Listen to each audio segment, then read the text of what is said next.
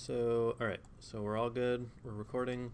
So the second assignment is going to be a little bit different, obviously. We're going to try to tackle something unique each assignment. And so for this one, we're going to go over animating either text or logos.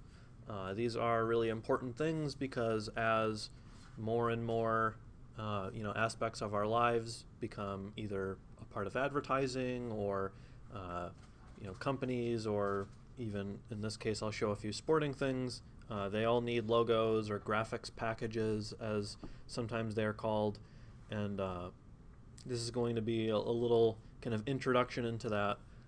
This sort of thing is applicable to movies, television shows. They all have an opening title sequence or an opening credits or whatever, where they show kind of the logo or the name of whatever it is you're about to watch. And these are, in my opinion, pretty fun things to create and animate. So I'm going to show a handful of examples of what exactly I'm talking about, and then we will go over some of the different ways on how we can start building those assets today. Obviously this is going to be a multi-part lesson, and so we have to kind of build stuff up one piece at a time. So I guess I'll start with the most straightforward thing, and that is what I've shown in a number of the previous semesters. So if you do ever reference any of the other videos, this is going to be one of the first things that we see.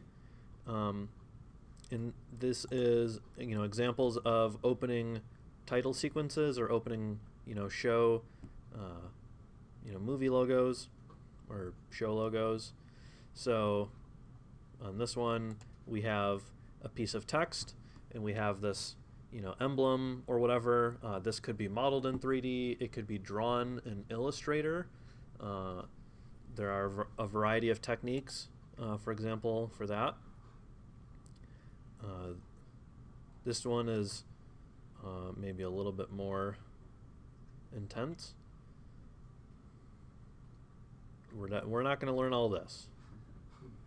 We're just focusing on text. So this one's kind of cool, where we have these arrows, and these could be again modeled in 3D, or you could draw them in Illustrator and animate them. We've learned a couple ways of keyframing things. Additionally, there is some room for adding in a background. In this one we've got this kind of smoky atmosphere, and so that's something that we could add in After Effects as like a piece of footage or an image. So we're going to learn how to render on an alpha channel. So if you're familiar with Photoshop, an alpha channel is going to allow us to put something else behind what we've rendered. So this is all pretty straightforward. Got some text and some logos, but like I said, there are a lot of other ways to apply this stuff. If you're a sports fan, you'll probably be somewhat familiar with the fact that a lot of the teams will have a 3D logo. These are becoming ever more present in the graphics packages for sporting events, and this is even applicable to things like esports. If you're not into athletic sports,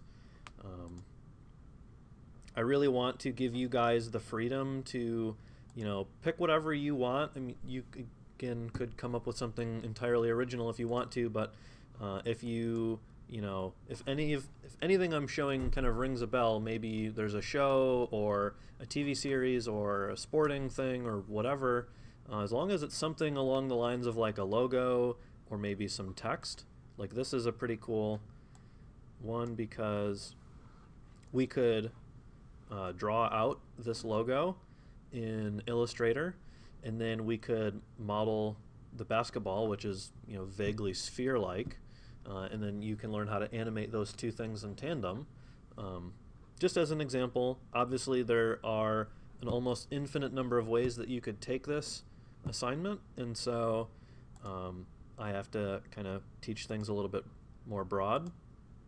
But again, this one's a pretty nice example of something that you could draw out in Illustrator without too much fuss. You would want to obviously find you know, the original logo or a flat version of the logo so that you could maybe use that as reference if you did want to redraw it in Illustrator. So why don't I open up Illustrator and we just go over how that process works. I know in previous semesters I have shown you know, a little bit more elaborate way of how to set up graphics. So I'm just going to try to do a condensed version of that right here, and this will be kind of the first method that we try. In this, you know, like I said, I want to give you guys the freedom to come up with something that is engaging and entertaining to you, so that way, you know, it feels a little bit less like an assignment and a little bit more like something that you might want to do for a living. I don't know.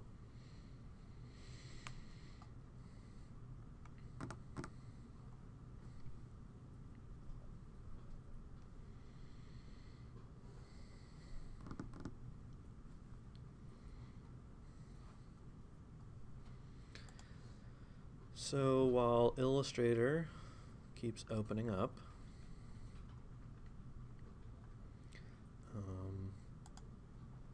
you're going to find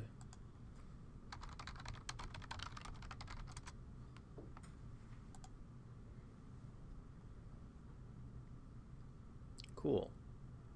So this is a place to start. So I'm going to copy this image because it is relatively simple for me to show you. And oh boy, how do we just make a new document? Sure. Create. Cool. I don't need any of this. Thank you. Alright, so if you haven't used Illustrator, because I know it's not a prereq to this class, don't sweat it too much. It's very similar to Photoshop. So on this layer, I'm going to try to paste in our image, which is cool. So I'm going to call this, you know, logo, reference, and then on this, I'm going to start making more items. So I'm just going to lock this bottom layer because I don't necessarily need it. So if we grab the circle tool, we're going to recreate this logo. And then we're going to grab the text tool. And I know there's a way to put type on a path, but I think I'm going to forget it. So I'm just going to type the word warriors, and we're going to find the text palette.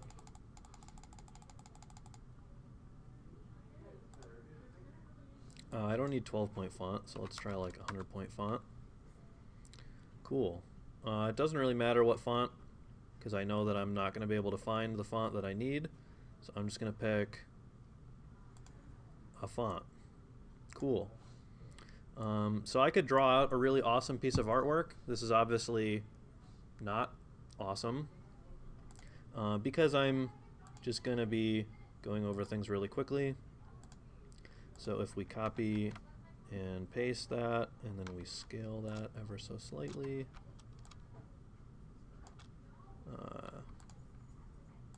Alright, so the bottom one needs to be blue. I can eyedropper that from that. And then this other one needs to be yellow.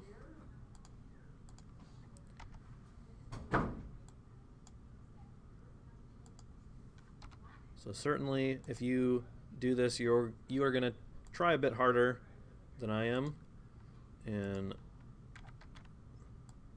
actually drawing something nice that is worthwhile and presentable.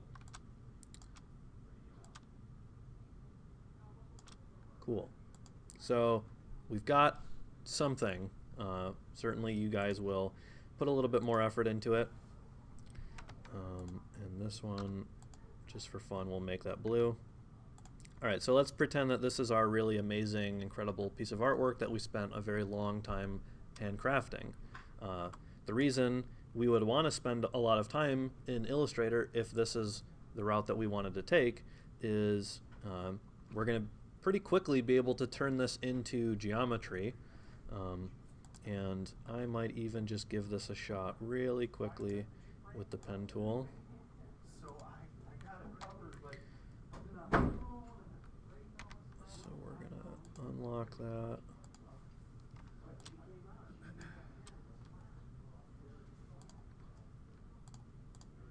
Alright, so on this layer we're going to draw a really crappy bridge.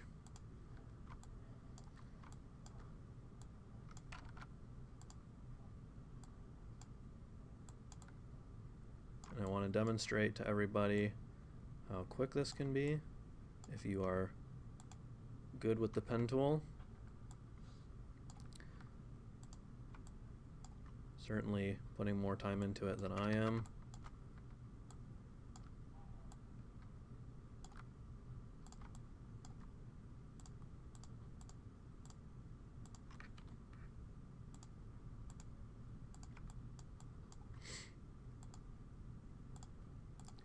I know watching somebody use Illustrator live is probably the most incredible thing that you could do for entertainment, so we're going to try to keep this as brief as I humanly can. But you can imagine that, you know, since we've got a little bit of experience modeling stuff at this point, you would probably not want to model an entire bridge, I'm going to guess. But maybe you might want to. In that case, awesome, cool. But we're just going to pretend that you don't want to model a bridge. So we're going to find all of those layers, and we are going to fill these with yellow. Cool. So that's like totally not a bridge. But again, I did that in about 90 seconds, so cut me some slack. We're going to make ourselves a folder on the P drive, because that's what we do when we start every assignment. So I've got my assignment 2, and I'll make an Illustrator folder, and this is where I will save this Illustrator file.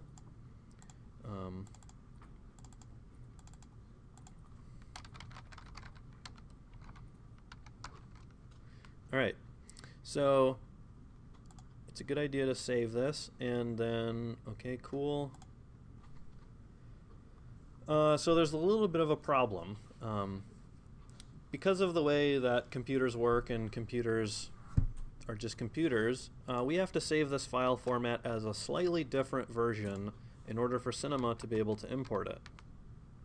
So I'm going to append the number 8 to the end of my file, and you will see why in a second.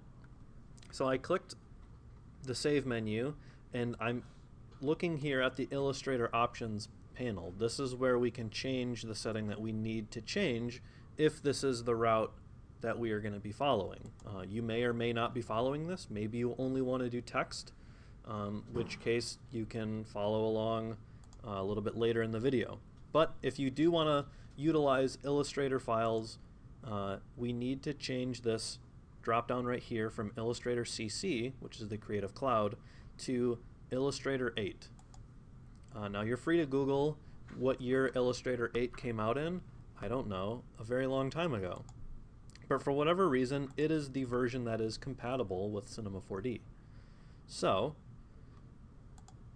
let's open up Cinema, and we can go to File, Open, or File Merge if you already have a file in progress. But I'm starting from a fresh file, so I'm going to do Open. And so I'm going to open this Illustrator 8 file, and we can see that I got something. I got some splines, which is kind of cool. So this is equivalent to if you drew out something just using the pen tool, right? We have a spline here. Now, the unfortunate thing is this conversion process of saving doesn't really save out our layers, but that's all right. There's a command to break apart what imported into Cinema 4D back into all of these original pieces. Because again, if I were to select all of these elements one by one, Some of these I would want to make yellow, some of them I would want to make blue, right? I wouldn't want to have to redo that. So let's jump back to Cinema and let's run that command. So the command to separate all of these layers is going to be under Spline, Mesh, Spline, Explode Segments.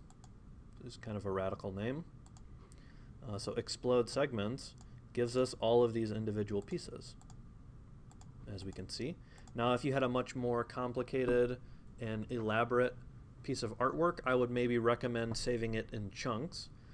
So let's just say if we jump back to,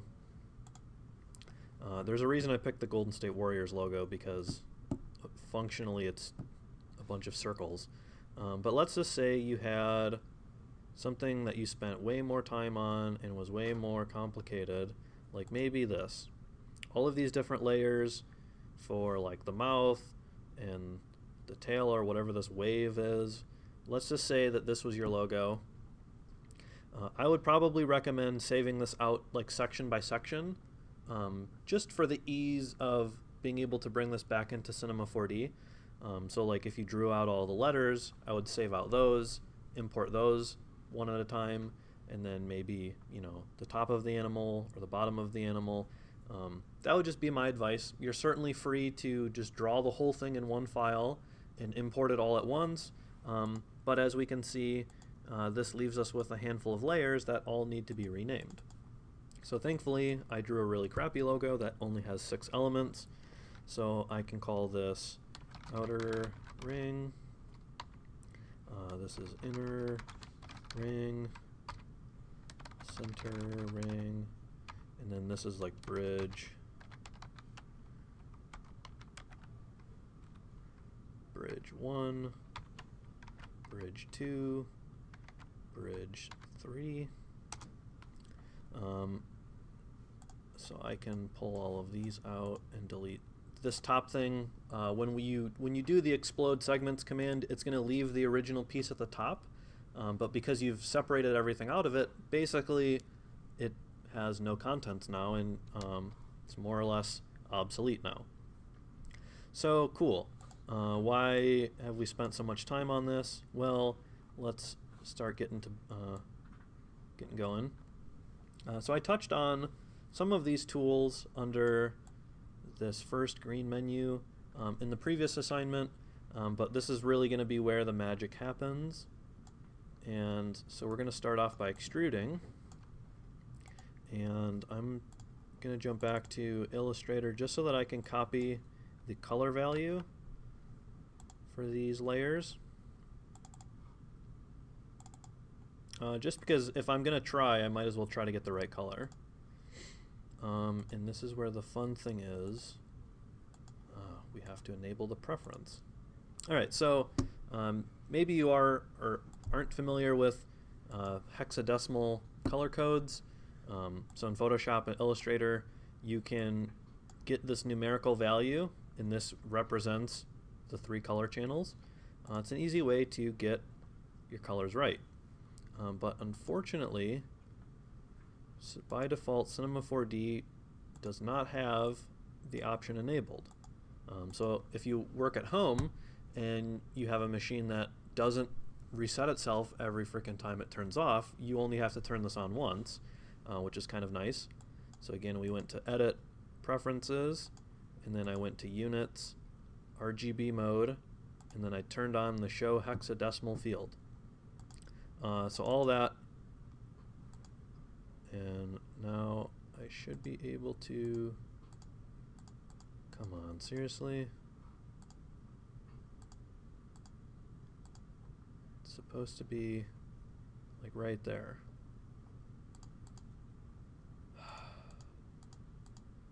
Killing me.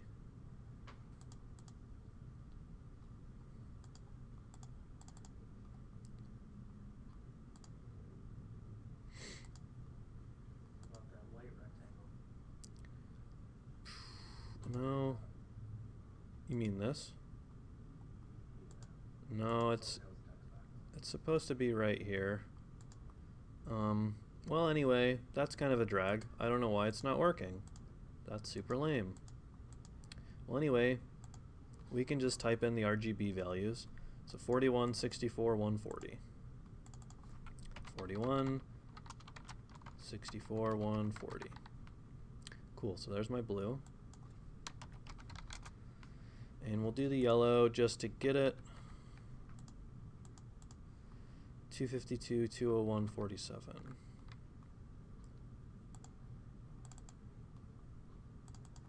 252, 201, 47. That's our yellow. So I can just assign this as I start building these elements, kind of one by one.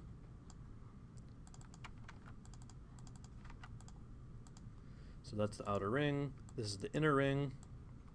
So if again, I'm making my extrude object and I'm holding down Alt to make sure that I have it grouped properly.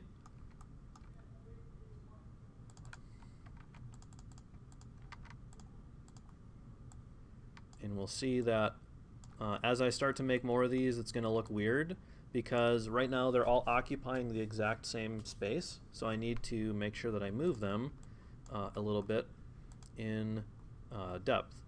So I can bring this icon forward a little bit. I'm just going to try 10 centimeters for the time being.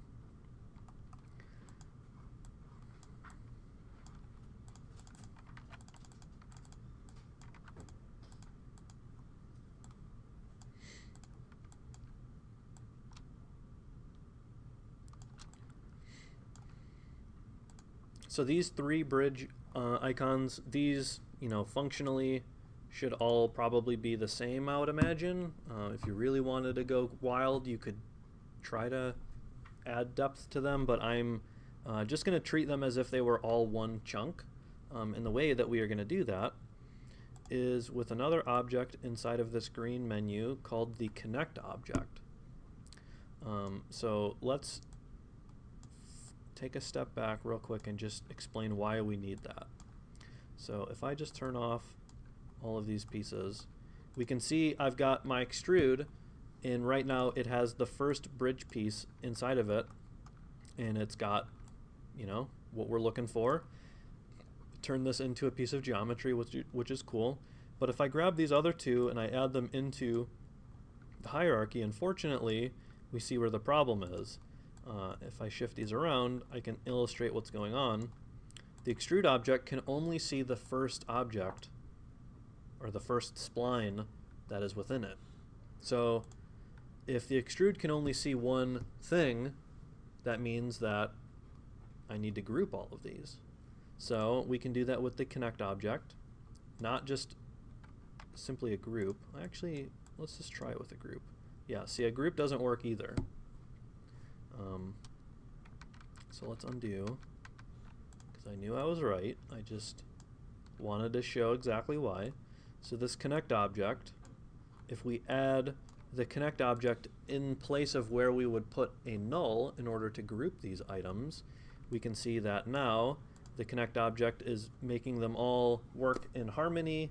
They're all one happy family, and well, if Cinema 4D is having a good time, then that means that we're hopefully going to have a good time. So we can call this whole group bridge, and again, this is not a bridge because I modeled probably a third of what I needed to if we refer back to the original logo, but that's okay.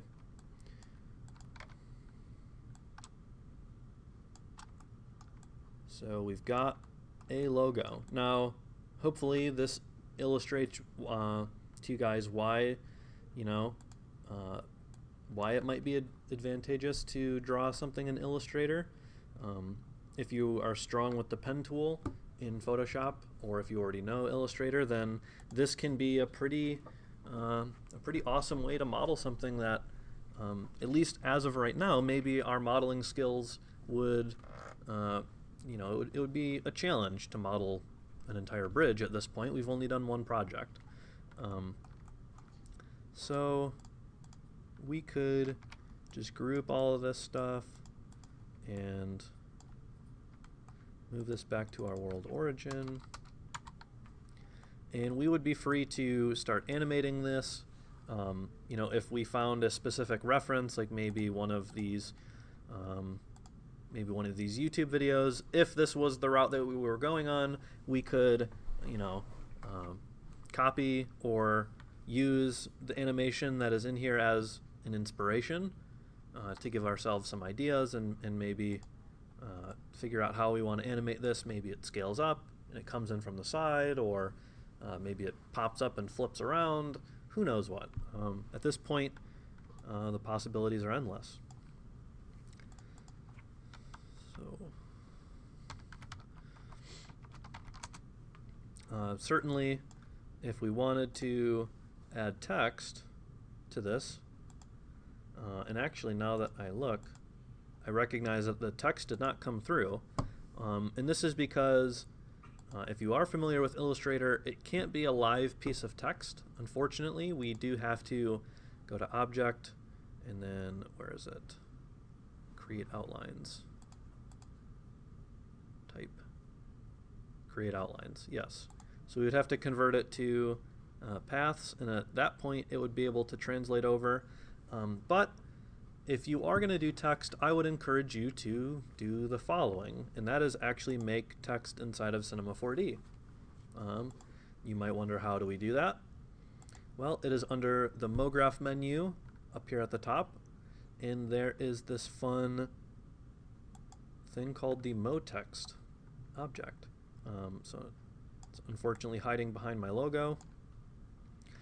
So let's make this say Warriors, because that is what our thing should say. So we could go to the text field and retype. And we could center justify it. And we can change the font and do the fun thing where you scroll through all the different fonts until you see something you like. I want to pick something terrible. That's like Old West. Certainly, ooh boy, that is not legible. Certainly what fonts are installed on your computer is going to be important. So if you know a thing or two about fonts, or where to find more of them, or how to look up specific ones, you're more than welcome to do that. Just make sure, I would recommend, if you do find a font file online and you intend to work here at the school, make sure you save that font file into your project folder the same way that we would save like a texture or a reference file. So that way, if you lose access to the font, or if it gets reset from the computer, you always have that file around to reinstall. Additionally, if you have an Adobe subscription, maybe with the student pricing, there is the Adobe font. It used to be called Typekit, but if you Google just like Adobe fonts, or if you even we don't have Creative Cloud installed here, but if you have the program at home or wherever you are, there's a million fonts in that as well. Some of them are pretty dang good, so I would give that a shot as well. So that's all cool. What would it be called? What would what? To have your own font imported.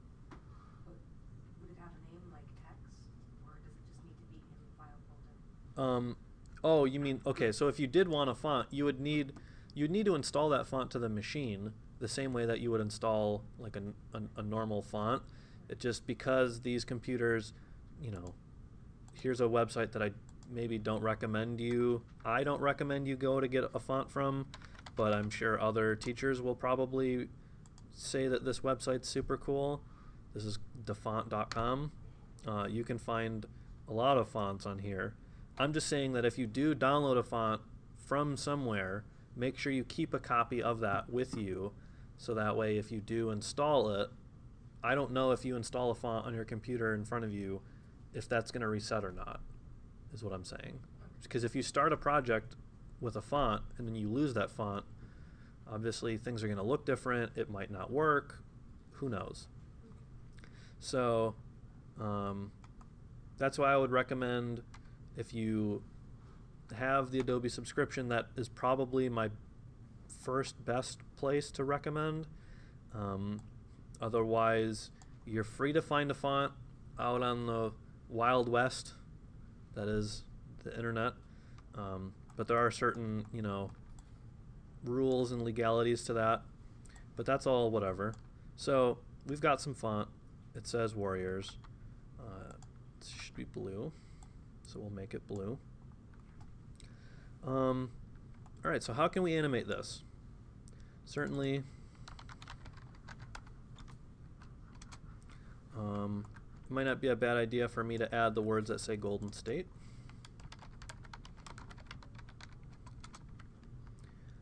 And I'm going to check my reference photo.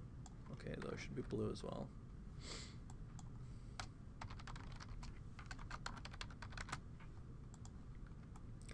Certainly we would want these pieces of text to wrap around our logo, so we can do that with the Bend Deformer, which we briefly went over when I was making, what was it, the lamp? One of the pieces that I made in the last assignment, we got exposed to the Bend Deformer, so clearly that's not the right axis, but that is. And so we need to resize this. I'm just going to try the Fit to Parent button. That worked out pretty good.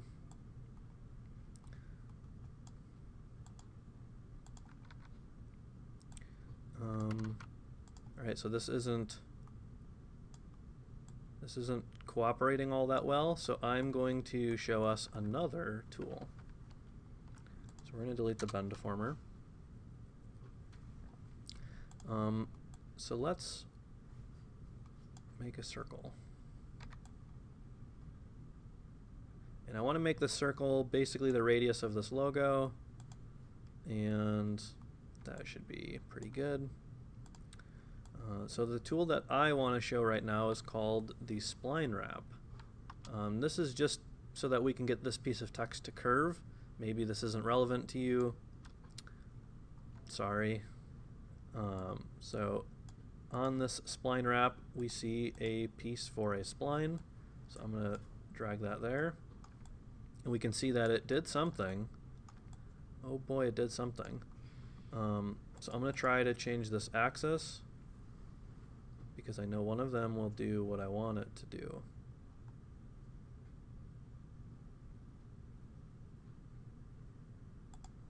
I think I need to rotate it. Yes. Okay, it's a fun guessing game of, is my text backwards or not? And I think it is. So I just want to change.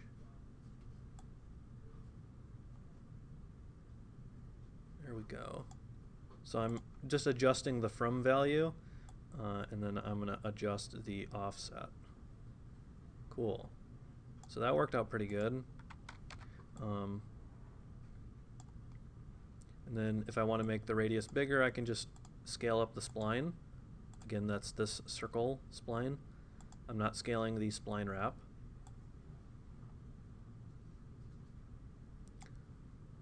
So definitely what font you pick is going to be pretty important, because some fonts are taller and wider, other ones are shorter, etc. Hell, maybe none of this is even relevant to you still. I don't know. So I'm just going to keep adjusting these. No, that's not it.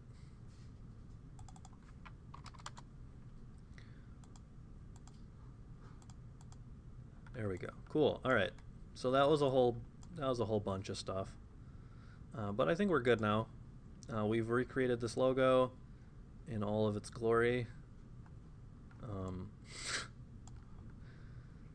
Sorry, it's a little bit of sarcasm. So I'm just going to group all of this now.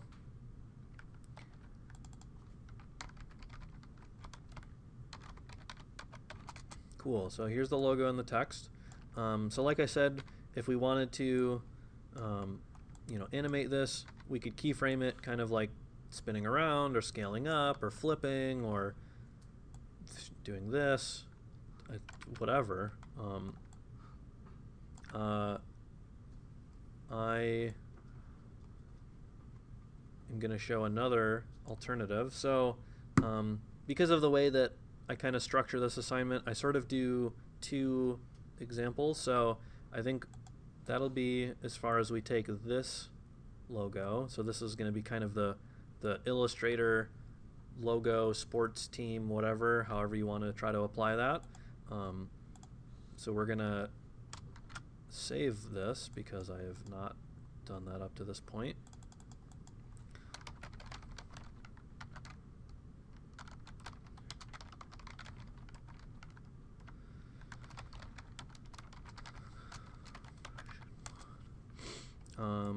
And we will do the other sort of method. I know one that I show is it Gotham? Title.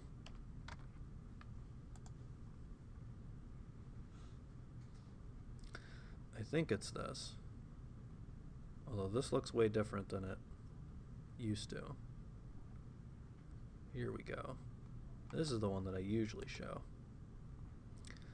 So this is a little bit different. So we're just going to set up something kind of similar to this, just real quick. Because it is an alternative way of kind of tackling this assignment. So we'll make a new file. And again, I want some sort of reference, if I can get it. So what I'm going to do is I'm actually going to screenshot this. So much like how I went to Google and I went and looked up the logo, you are certainly able to either download or take a screenshot if that helps you. So I'm going to do that exactly.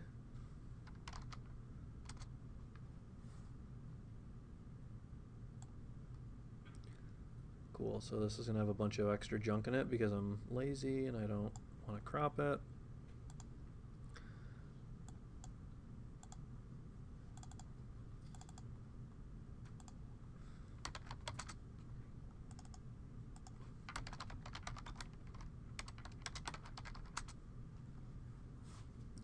All right, so kind of following the route of the beginning here where I brought in an image, certainly I did it in Illustrator, we can do the same thing in Cinema. One thing to note though is if we do attempt this, we have to make sure which viewport we are in. So again, hitting middle mouse opens up this menu to change the different cameras, and I want to go into the front camera. And I want to load in this image here, because if we start to think of how this might be arranged, well, it's just kind of like a piece of text and there's a camera. And either the piece of text is moving towards the camera or the camera is moving towards the piece of text. However you want to think about it, they're virtually identical. So we're going to load this in. So to do that, I'm going to hit Shift V and we'll go to back. So the tab over here in the attributes, and this slot right here is where I'm going to bring in that image.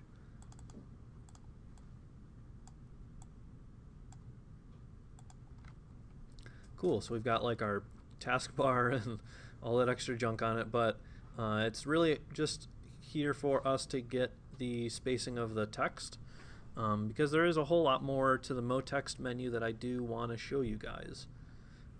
So let's just go ahead and make a MoText, and we'll type in Gotham.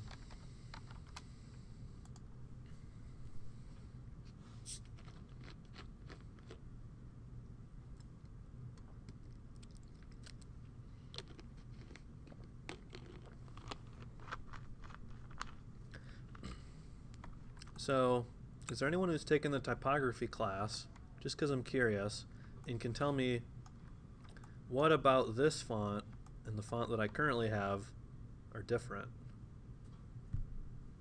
One has serifs, the other doesn't? Correct. So in case the microphone didn't hear that, the answer is the difference between a serif font and a sans serif font. The really quick explanation of that is serifs are these little guys that kind of hang off the corners of letters. Certainly there's a more proper way to describe that, but because this is not a typography class, I don't need to go into all of the different functions and things of what makes a font a font.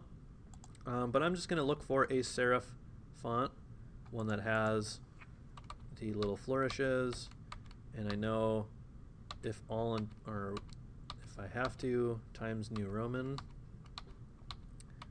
has them. But something like this isn't. Oh, this is pretty close.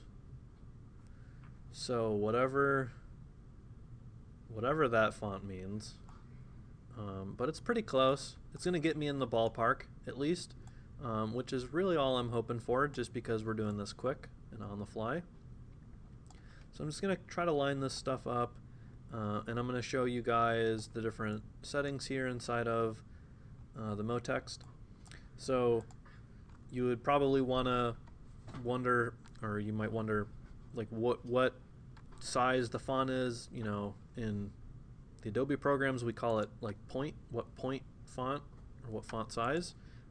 In Cinema 4D it's just called the height parameter. So this is how we scale up or down the text. And I'm just trying to line up the baseline, which is the bottom of the letter, to the image. So that's pretty close. And then now at this point, the space between each letter is quite a bit different. You might be familiar with the term tracking or kerning, but specifically tracking is this horizontal spacing value.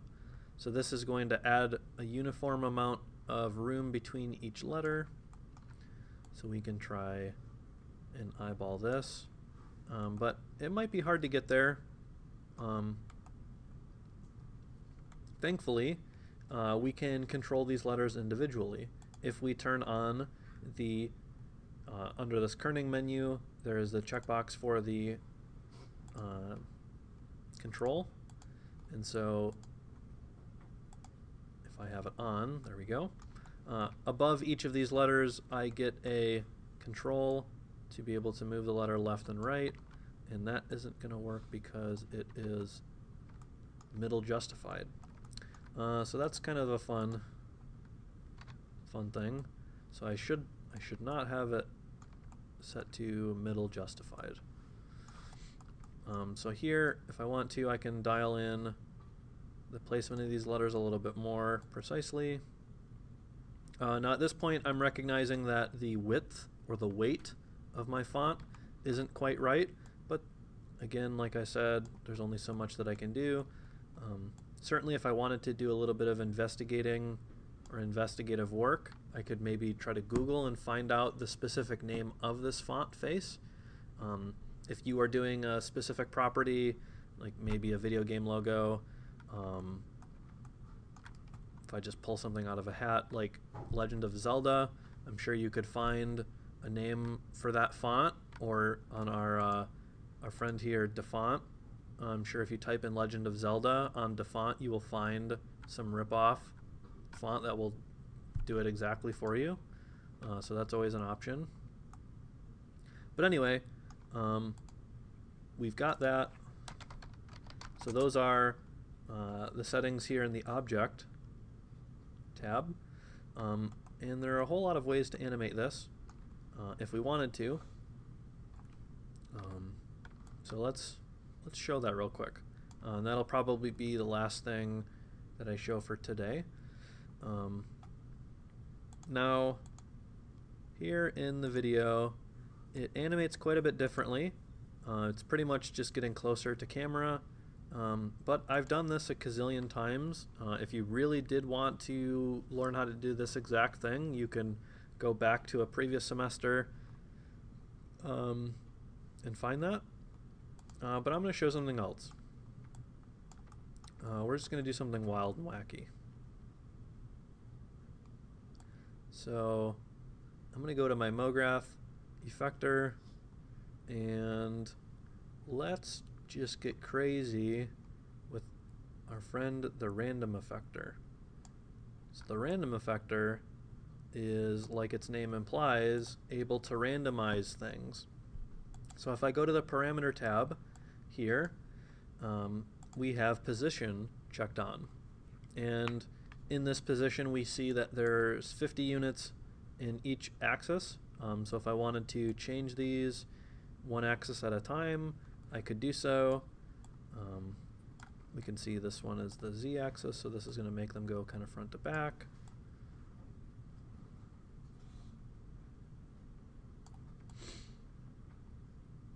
And we can certainly keyframe this if we so wanted. But we'll get there in a second. So I'm also going to enable the rotation value. Well, I need to enable it by checking it on, but then I also need to enter in some sort of numbers into each of these fields. So let's just try 180 in each axis. And so I'm going to make something kind of like an alphabet soup, whatever, just to show something. And let's also do scale. Why not? So typically when I use the scale parameter, I also check on uniform scale. And that's nice because it allows us to scale up the letters sort of all at once. And this is useful because it is going to make sure that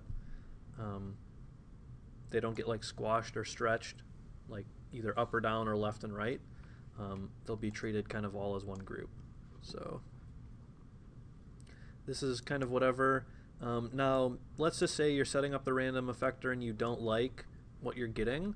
Well, because it's a computer and we're letting it do all of this for us, there is a setting to get a completely different result. If we don't like this result, we can get something else. And that is this seed parameter under the effector tab. So I was on parameter, I went over to effector. And this seed is set to whatever value. If I want to, I can click through these and I can get a completely different result on each one.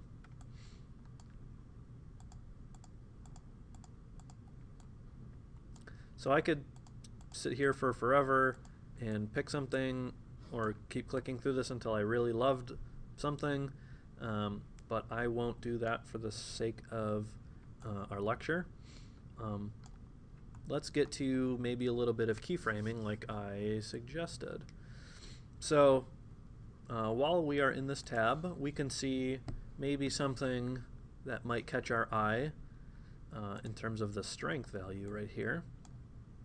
So let's just say I wanted, you know, following the lines of like the alphabet soup, let's just say that I wanted all of these letters to come back to where they're supposed to go at the end.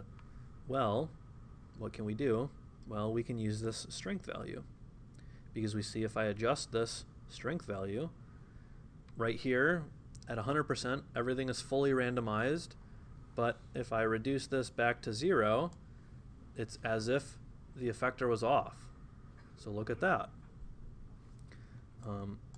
So if I keyframed at the beginning of my animation, I could have the strength at 100. And if I go to the end, I could take the strength all the way down. And let's just set this up. Let's set up a camera similar to how we kind of had it. So pretty much just looking straight on. I can set up my camera, maybe get in a little bit closer.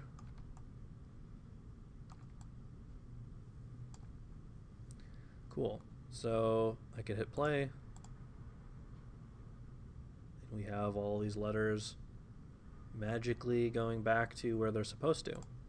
So if we wanted, we could change this. So maybe some of these letters are kind of higher up and down.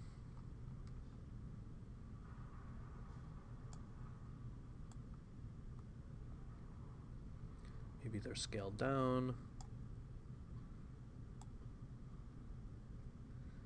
Whatever. Obviously at this point the possibilities are endless, and I could do something cool like this. So maybe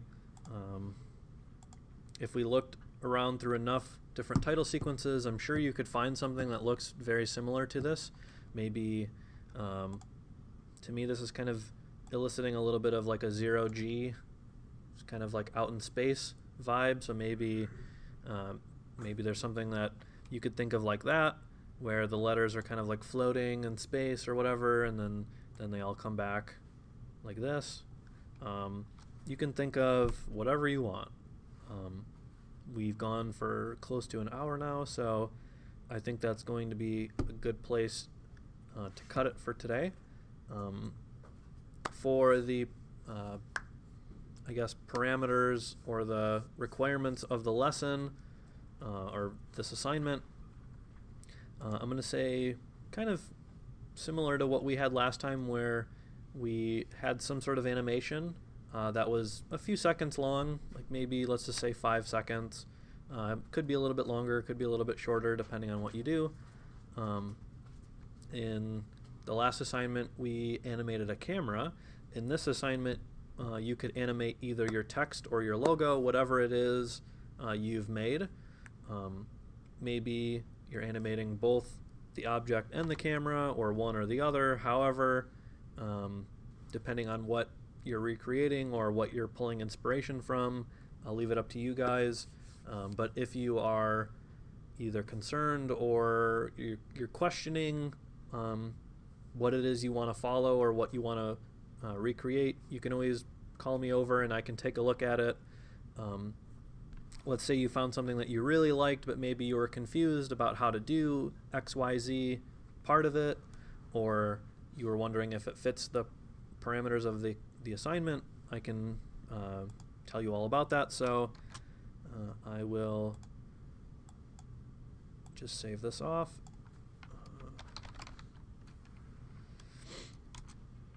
And that'll be that for today.